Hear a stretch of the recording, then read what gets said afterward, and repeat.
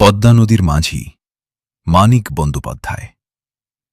একটা নদী কতটা দীর্ঘশ্বাস বয়ে নিয়ে যেতে পারে জানো?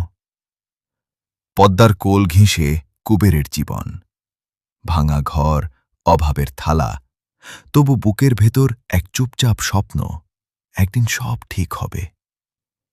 কপিলা আসে অদ্ভুত এক টানে, না বলা কথা চোরাবালির মতো টানতে থাকা অনুভূতি, সমাজের চোখরাঙানি, ভেতরের অপরাধবোধ, তবু হৃদয় থামে না।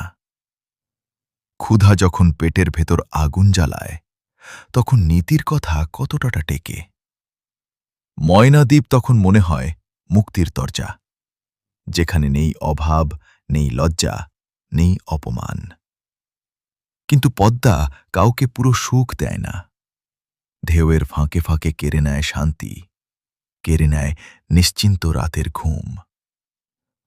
কুবের দাঁড়িয়ে থাকে দুই স্রোতের মাঝখানে, একদিকে প্রেম, অন্যদিকে দায়িত্ব, একদিকে স্বপ্ন, অন্যদিকে বাস্তবের নির্মমতা। শেষে বোঝা যায়, মানুষ নৌকা চালায় ঠিকই, কিন্তু স্রোত ঠিক করে দেয় গন্তব্য। পদ্মা নদীর মাঝি এটা শুধু কুবেরের কাহিনী নয়, এটা সেই সব মানুষের আর্তনাদ যারা বাঁচতে চেয়েছিল, অথচ নদী তাদের নিয়ে গেছে অচেনা অন্ধকারে।